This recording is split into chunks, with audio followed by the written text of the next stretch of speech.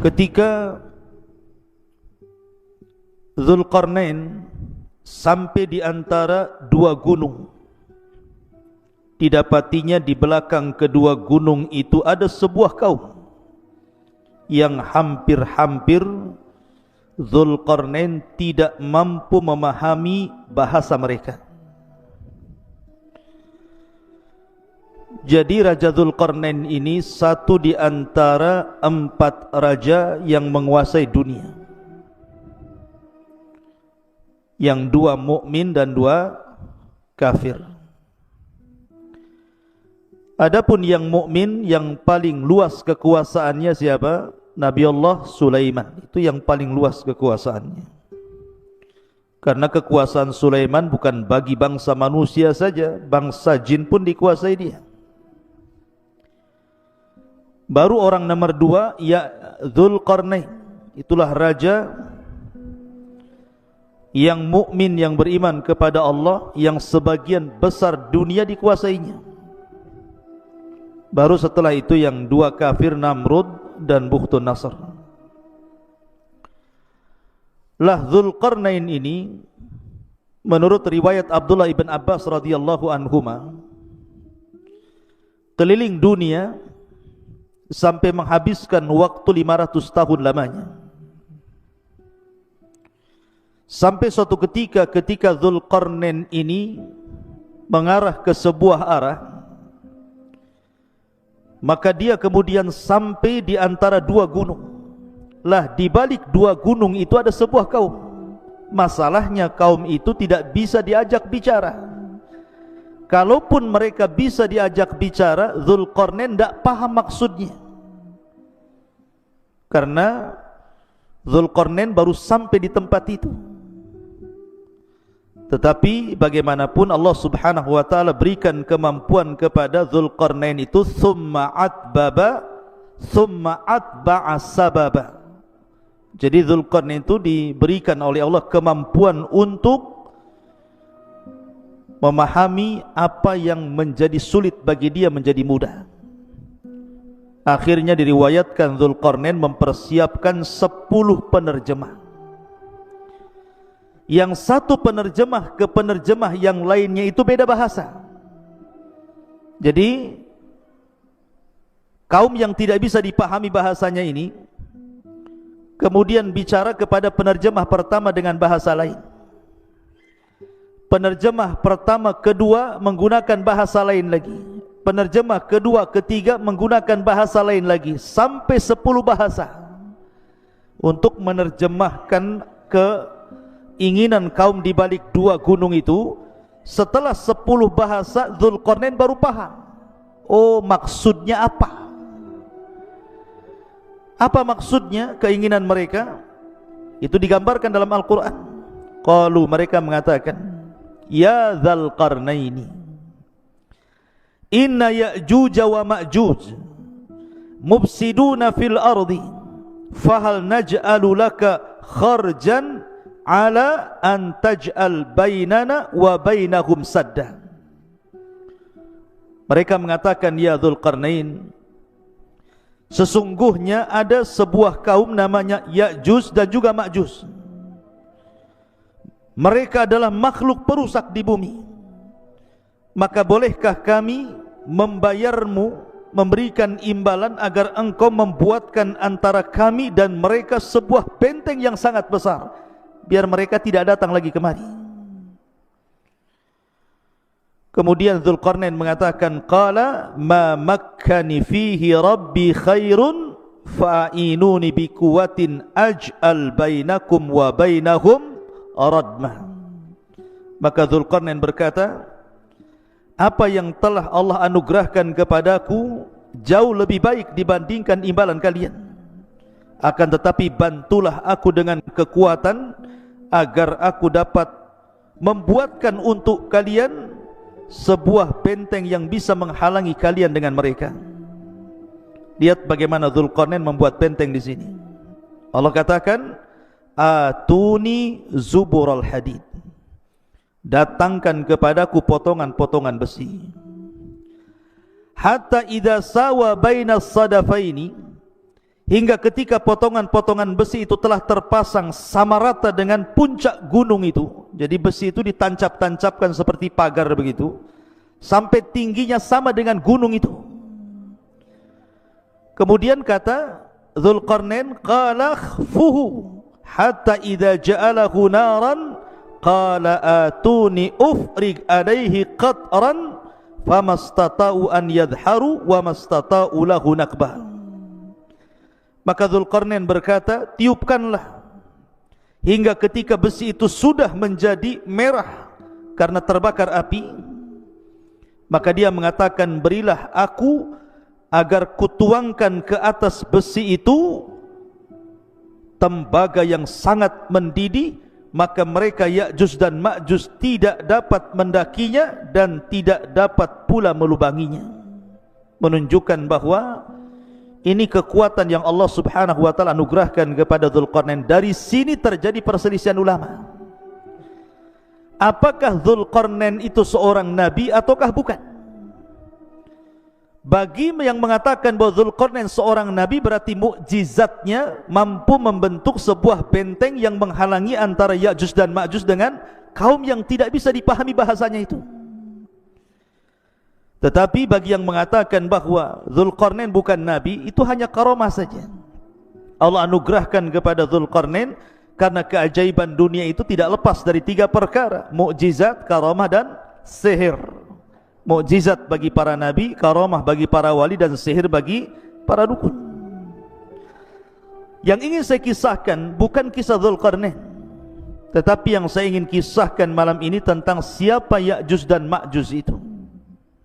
Baik, di dalam hadis Nabi SAW mengatakan, lan taquma as-sa'ah hatta yakuna qablaha asyra ayatin tulu'us syamsi min maghribiha wa khurujud dabbati wa khuruju Ya'juj wa Ma'juj. Dalam sebuah hadis yang dikeluarkan Abi Dawud, Nabi SAW bersabda, tidak mungkin tegak hari kiamat sampai kalian mendapati 10 tanda dari tanda-tanda besar hari kiamat. Dalam hadis ini disebutkan sebagiannya. Pertama, munculnya matahari dari arah barat. Yang kedua, munculnya binatang bumi yang bisa bicara. Dan yang ketiga, Ya'juj dan Ma'juj. Kapan keluarnya Ya'juj dan Ma'juj itu, ikhwan? Dan siapa Ya'juj dan Ma'juj itu? Ada yang mengatakan bahwa Ya'juj dan Ma'juj itu satu bapak dengan kita, bukan satu bapak satu ibu. Kalau saya dengan antum itu satu bapak satu ibu, dari Adam dan Hawa. Tapi Ya'juj dan Ma'juj itu satu bapak saja, lain ibu dengan kita. Lalu siapa ibunya? Ada yang mengatakan bahwa suatu ketika Nabi Adam ini ihtilam, mandi ataupun mimpi basah, sehingga sampai mengeluarkan sperma. Lah spermanya Adam ini jatuh ke tanah. Rupanya karena jatuh ke tanah itulah akhirnya sperma yang menyatu dengan tanah itu tiba-tiba membentuk manusia dari tanah. Itulah yang disebut dengan Ya'juj dan Ma'juj. Jadi bapaknya Adam, ibunya tanah.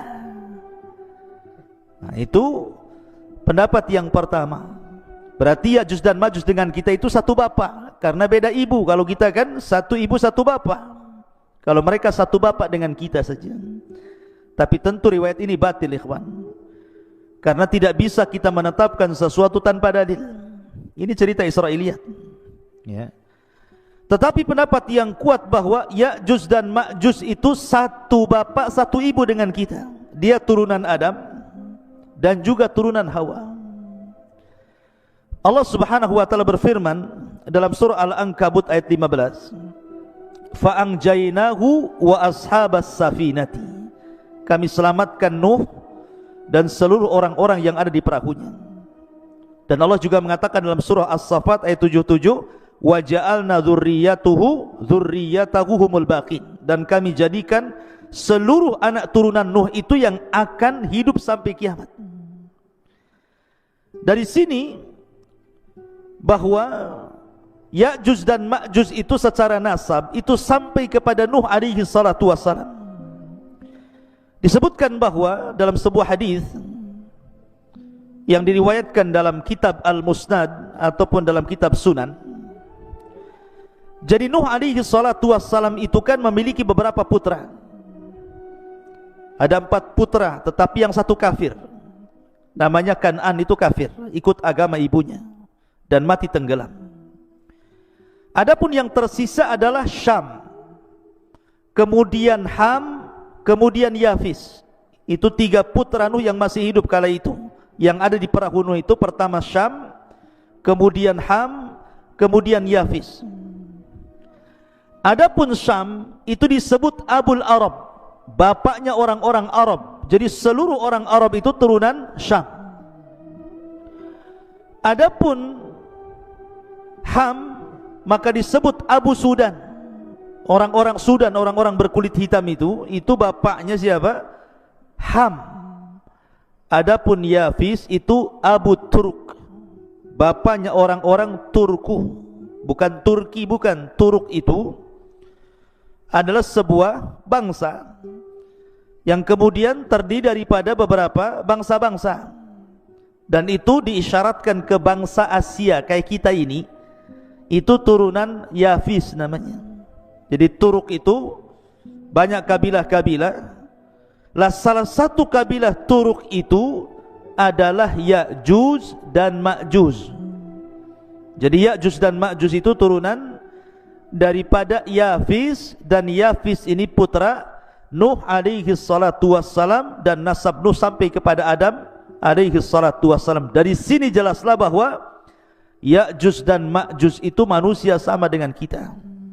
Dia bukan makhluk yang menyeramkan, bukan monster, bukan apa, bukan, sama dengan kita manusia, turunan Yafis ibn Nuh alaihi salatu wassalam.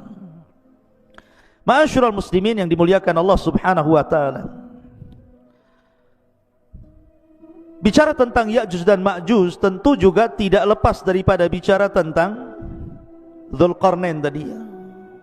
Karena bagaimanapun yang memenjarakan Ya'juj dan Ma'juj itu Dzulqarnain. Sedikit saya akan jelaskan secara singkat tentang Dzulqarnain biar antum paham. Dzulqarnain ini ikhwan adalah seorang raja yang menguasai dunia. Tadi saya katakan perselisihan ulama tentang Dzulqarnain, apakah dia nabi ataukah dia bukan, bahkan ada yang mengatakan dia malaikat. Tapi pendapat ini tidak benar. Dzulqarnain manusia, tetapi diperselisihkan apakah dia nabi atau bukan, dan yang rajih dia bukan nabi. Dan Dzulqarnain itu hidup di zaman Ibrahim. Ingat, Dzulqarnain hidup di zaman Nabi Ibrahim alaihi salatu wassalam. Bahkan dikatakan oleh Ibnu Utsaimin rahimahullahu ta'ala bahwa Dzulqarnain pernah tawaf bersama Ibrahim, dan dialah yang menjadikan Dzulqarnain itu masuk Islam. Jadi yang mendakwahkan dakwah tauhid kepada Dzulqarnain itu Nabi Ibrahim, sampai akhirnya Dzulqarnain masuk Islam, kemudian menjadi raja dunia, dan dia pernah tawaf bersama Nabi Ibrahim alaihi salatu wassalam. Ada yang mengatakan bahwa Dzulqarnain adalah Iskandar Yunan, atau disebut dengan Iskandar Al-Maqduni. Ini tidak benar. Memang Iskandar Yunan atau Iskandar Al-Maqduni yang dia punya guru namanya Aristoteles. Antum pernah dengar Aristoteles itu pendiri pemahaman filosof. Ya, kalau disebut dengan filosof Yunan itu artinya didirikan oleh Aristoteles. Nah, itu nanti ada murid-muridnya Plato dan yang lainnya. Ya. Lah Aristoteles ini seorang Yunan, dialah yang kemudian menjadi guru besarnya Iskandar Al-Maqdun, atau disebut dengan Iskandar Al-Yunan. Memang di zaman itu Iskandar Al-Yunan Al-Maqdum itu menguasai dunia. Jadi banyak, setelah dia mengalahkan Persia, Romawi, dan banyak bangsa-bangsa dikalahkan, sehingga orang menganggapnya dia Dzulqarnain karena menguasai barat dan timur, utara dan selatan. Sehingga sebagian orang mengatakan bahwa Dzulqarnain adalah Iskandar Al-Maqdun yang dididik oleh Aristoteles tadi, dan seorang filosof Yunan. Tidak benar. Kenapa tidak benar? Pertama, dari segi zaman sudah berbeda. Dzulqarnain itu di zaman Nabi Ibrahim, sementara Aristoteles ini jauh, ya, jauh dibandingkan di zaman Nabi Ibrahim. Dia berabad-abad, dari mana nggak ketemu. Yang kedua, Dzulqarnain ini seorang muslim, orang yang bertauhid kepada Allah Azza wa Jalla, sementara Al-Iskandar Al-Makdun atau Yunan itu kafir, sehingga nggak ketemu. Dari segi agama saja tidak ketemu. Maka Dzulqarnain ya Dzulqarnain, orangnya lain. Kemudian Iskandar Al-Yunan atau Al-Makdun ya Iskandar Al-Makdun, lain lagi. Maka jangan disamakan, itu dua orang yang berbeda.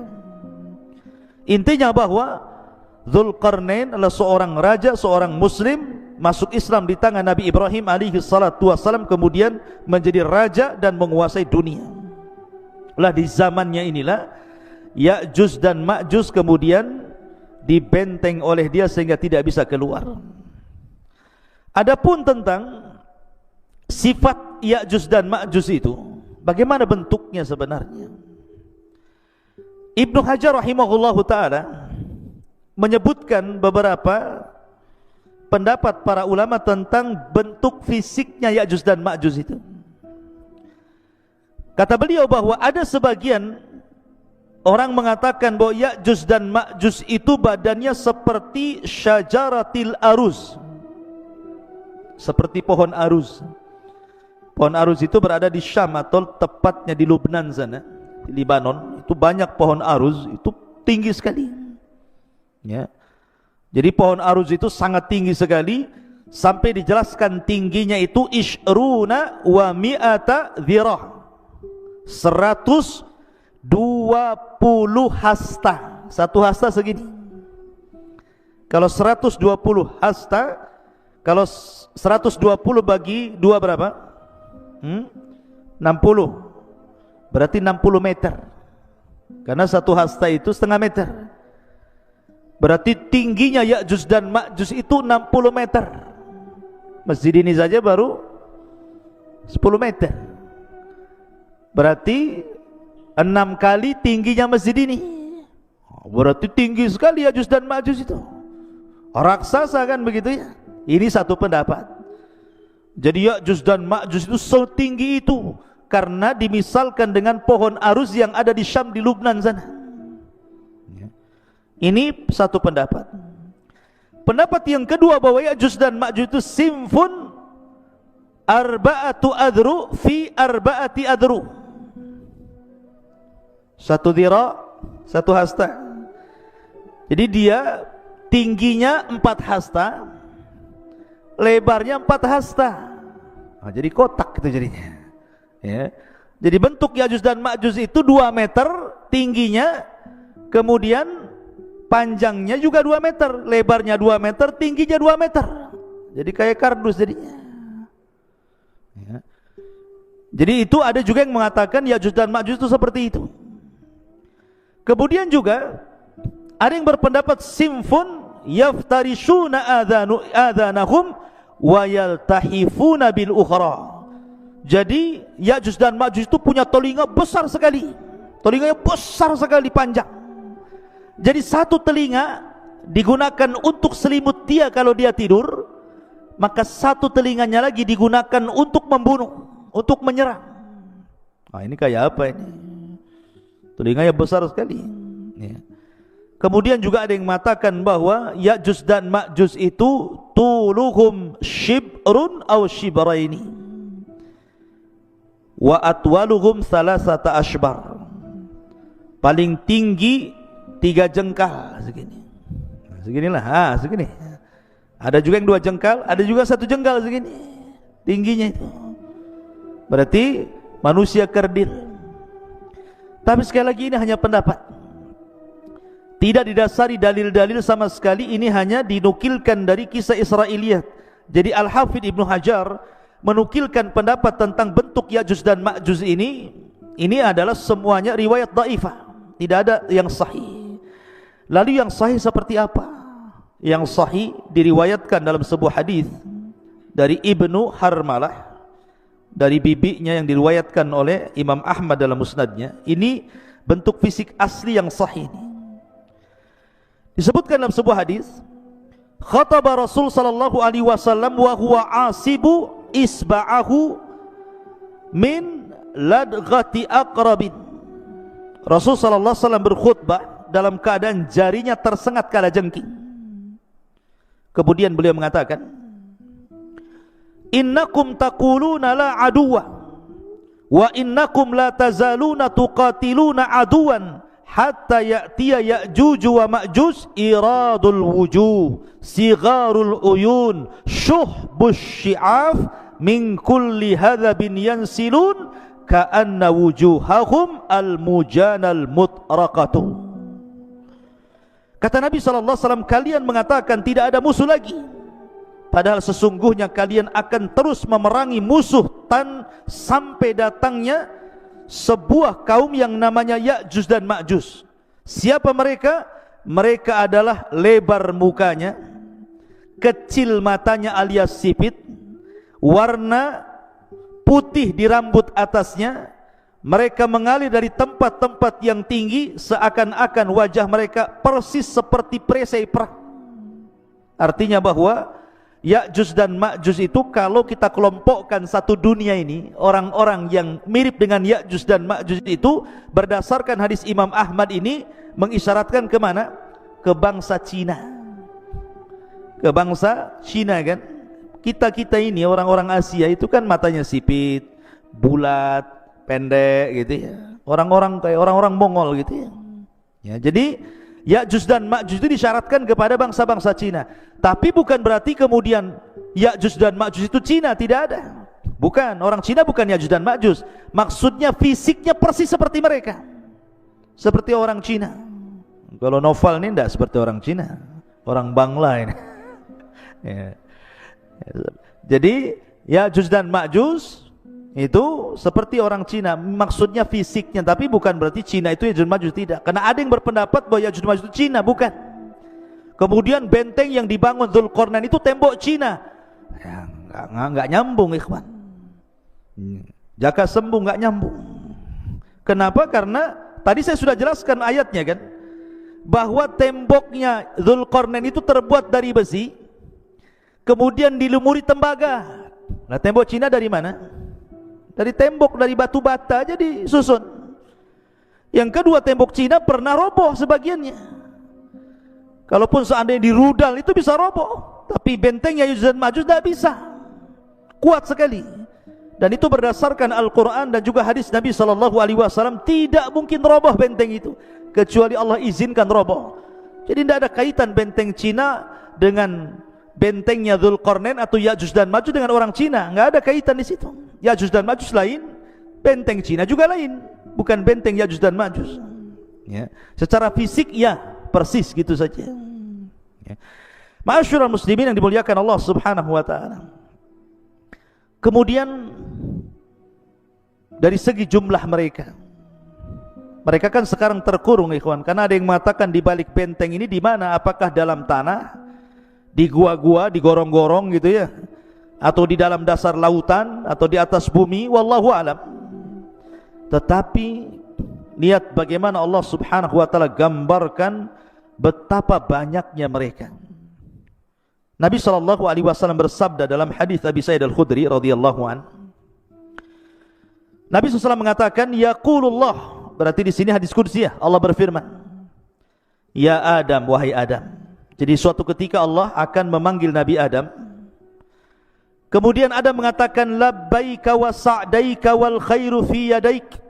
Kata Adam, labbaik, ku sambut panggilanmu ya Rabb dengan senang hati dan kebaikan semua di tanganmu ya Rabb.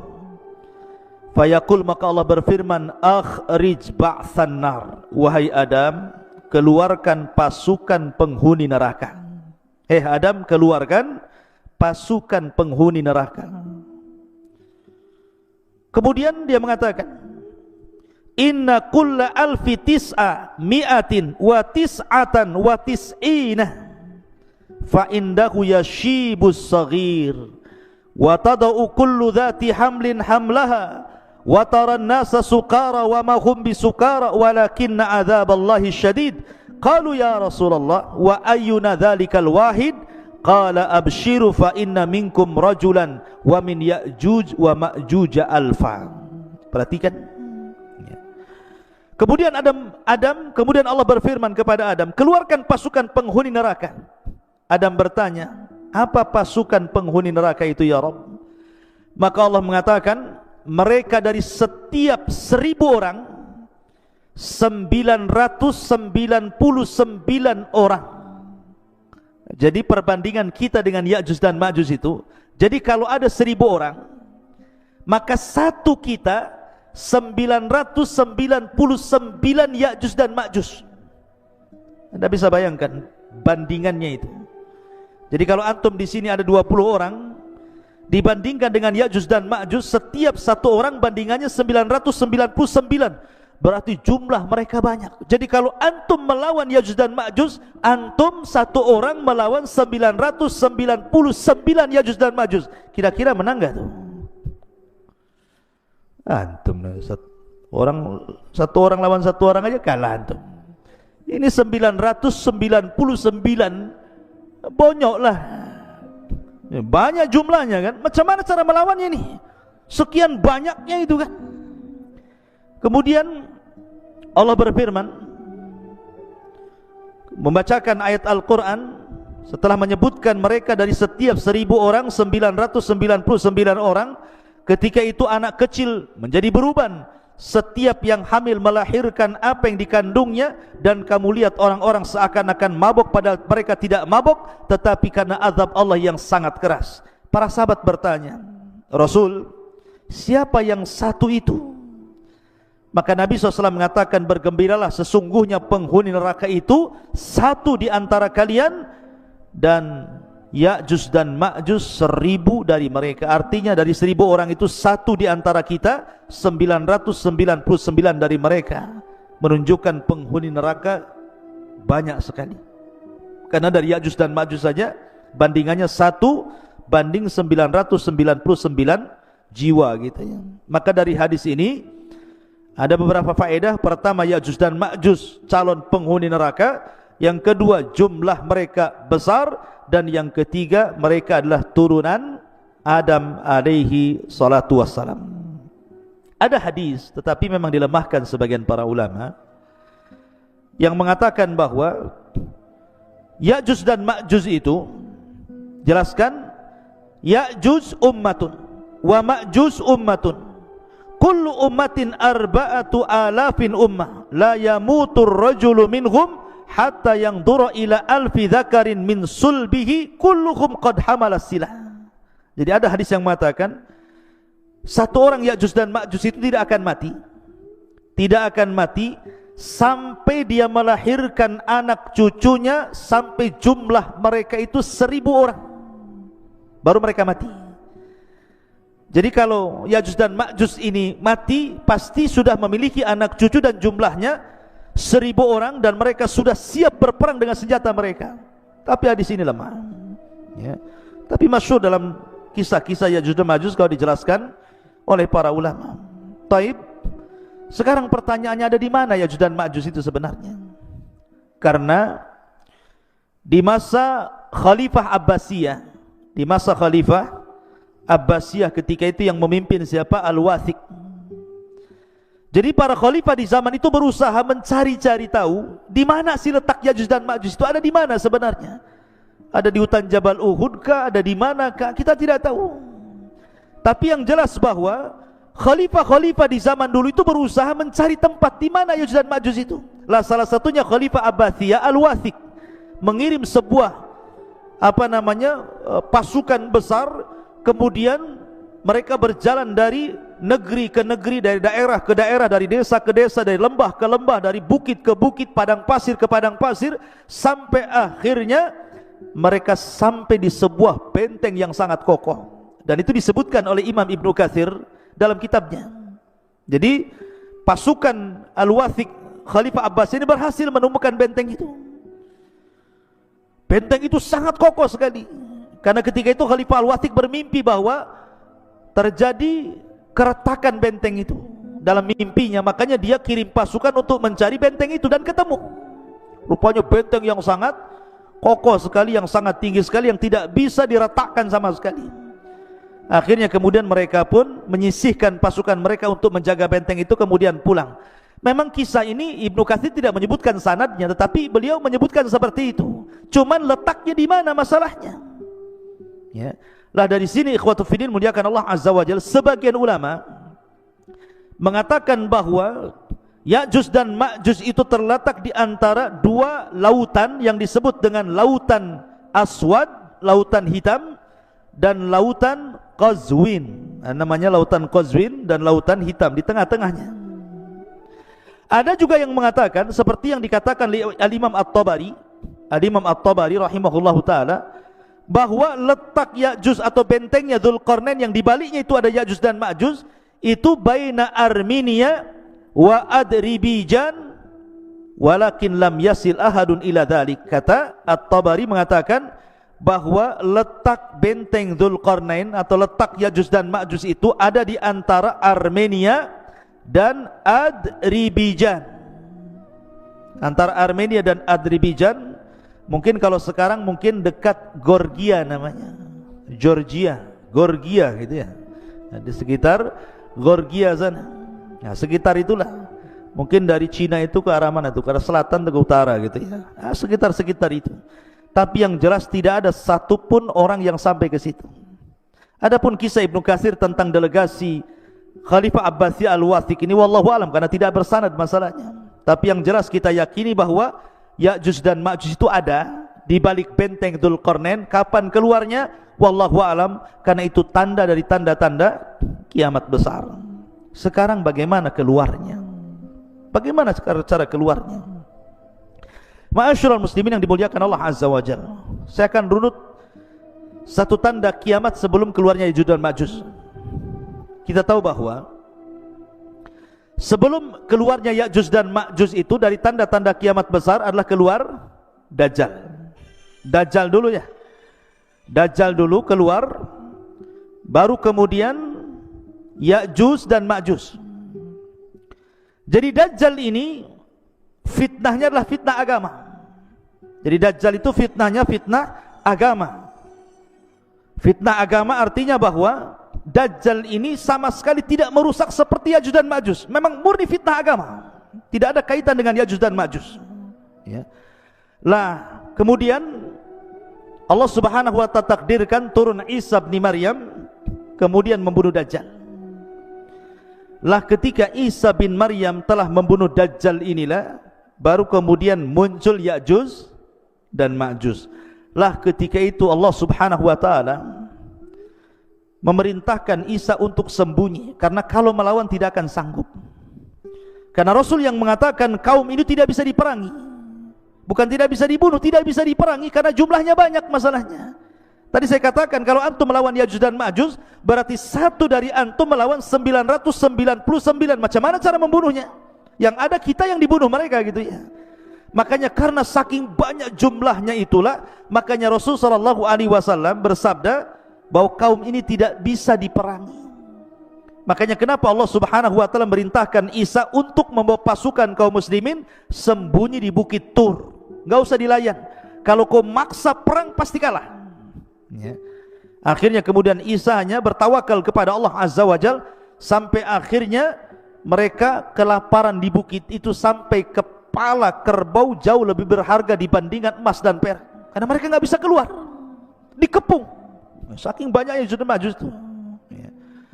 Lah dari sini ikhwatul fillah muliakan Allah Azza wa Jalla, Allah subhanahu wa ta'ala berfirman, ataupun hadis Nabi sallallahu alaihi wasallam dari Sam'an, dari Nawas ibn Sam'an, idh awhallahu ila Isa, Allah subhanahu wa ta'ala mewahyukan kepada Isa bin Maryam, inni qad akhrajtu ibadan li la yadani li ahadin biqitalihim faharriz ibadi ila Tur.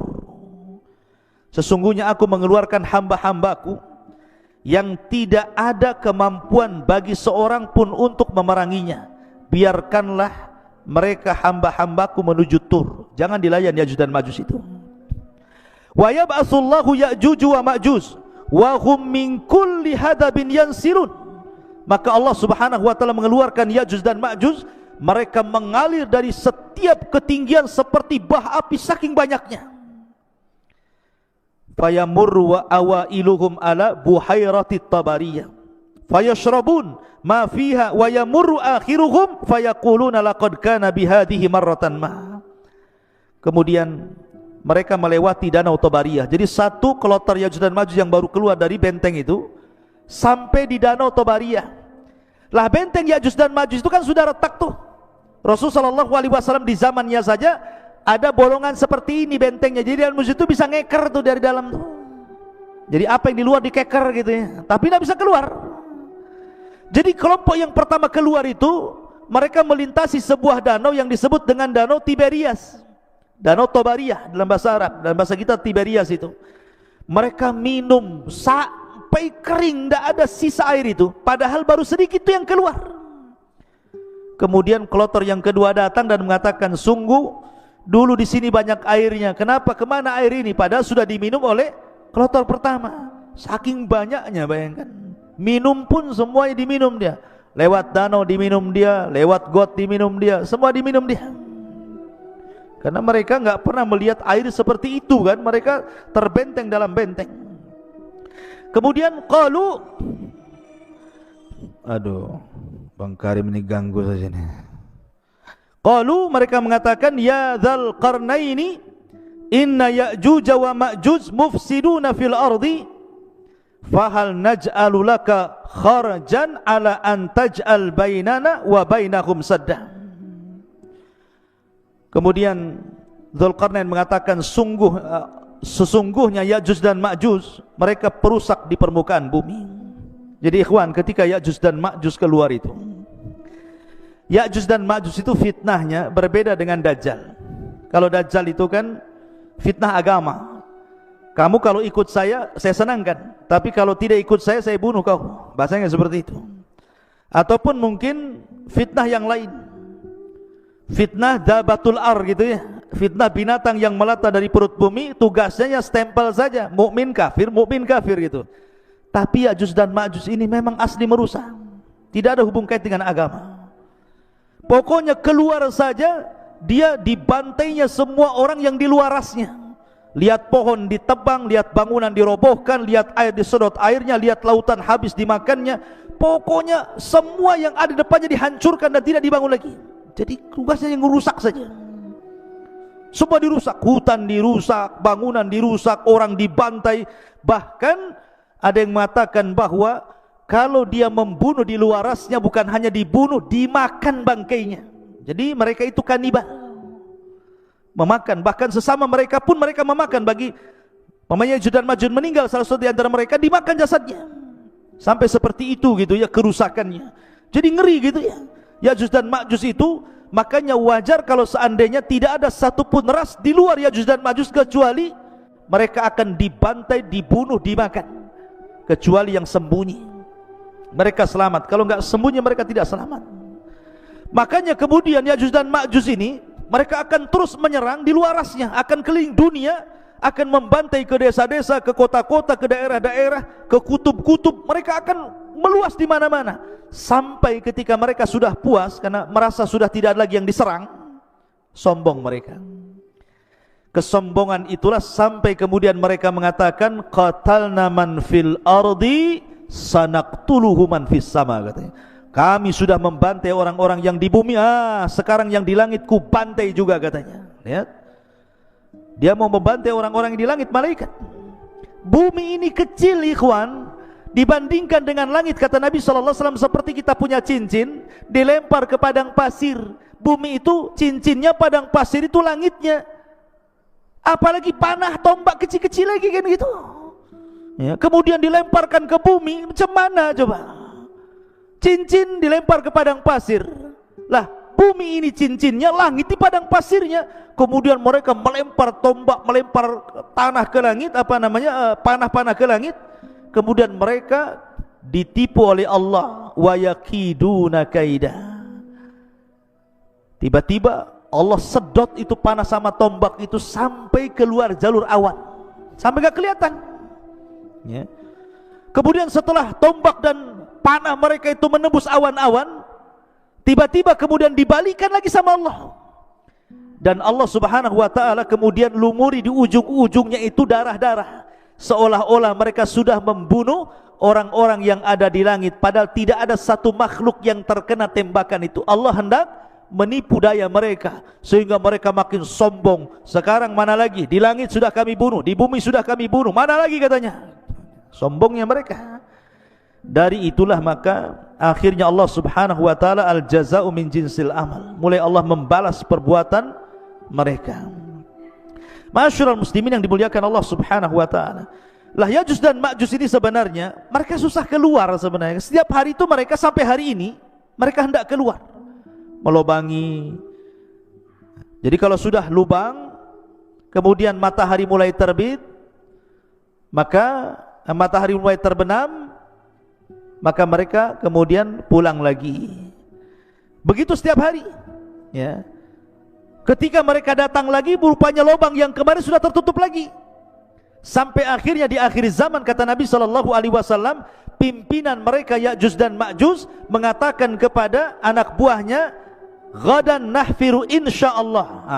Besok katanya Ya'juj dan Ma'juj, pemimpinnya mengatakan, kita akan gali lagi lubang ini insyaallah. Setelah diilhamkan pemimpinnya mengucapkan insyaallah, maka tiba-tiba lubang itu tidak kembali lagi, tetap lubang. Akhirnya digali sampai mereka bisa menembus di luar benteng. Dari situ Allah mengatakan min kulli hadabin yansilun, keluar semua dari lubang itu, kemudian membantai membunuh di luarasnya. Ma'asyiral muslimin yang dimuliakan Allah azza wa jalla, lalu bagaimana akhir perjalanan Ya'juj dan Ma'juj itu?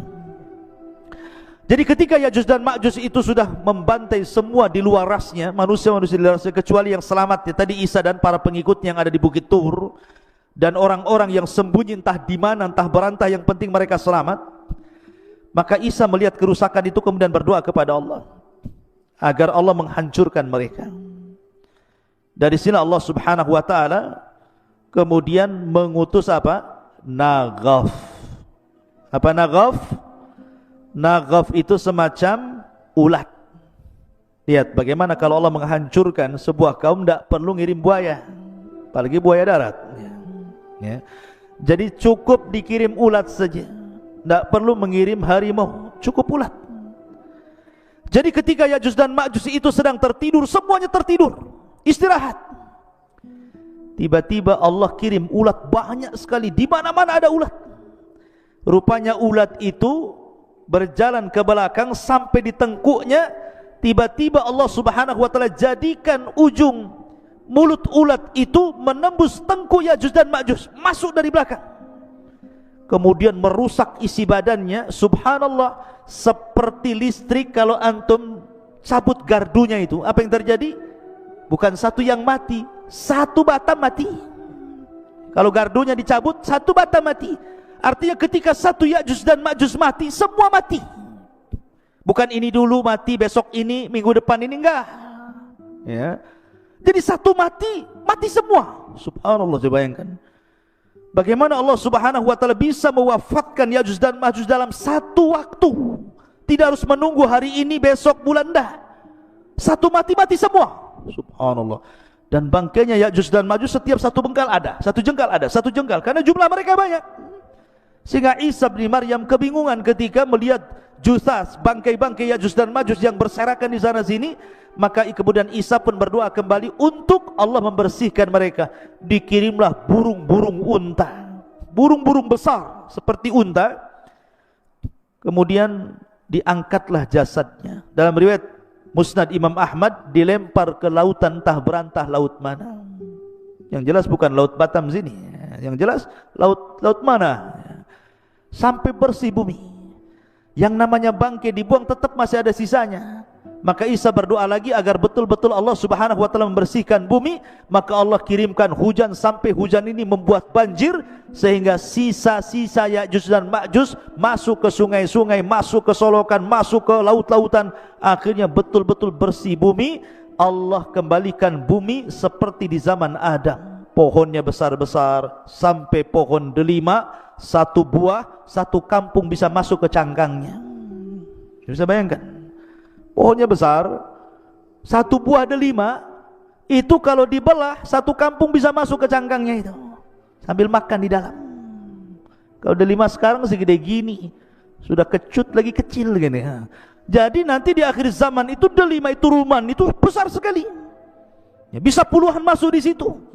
Karena Allah suburkan kembali sebagaimana di zaman ketika awal bumi dihidupkan, subur. Dari sini akhirnya Isa bin Maryam mulai membawa pasukan Imam Mahdi yang sudah meninggal, memimpin dunia, mematahkan salib, kemudian membunuh babi, kemudian menegakkan keadilan. Bagi yang tidak mau ikut syariat Islam maka akan dibantai, bagi yang ikut maka selamat. Sampai akhirnya Isa pun haji. Setelah haji kemudian Isa bin Maryam meninggal dunia. Hanya 7 tahun setelah itu Isa bin Maryam meninggal dunia. Nah, itu diantara kisah Ya'juj dan Ma'juj yang disebutkan dalam surah Al-Kahfi.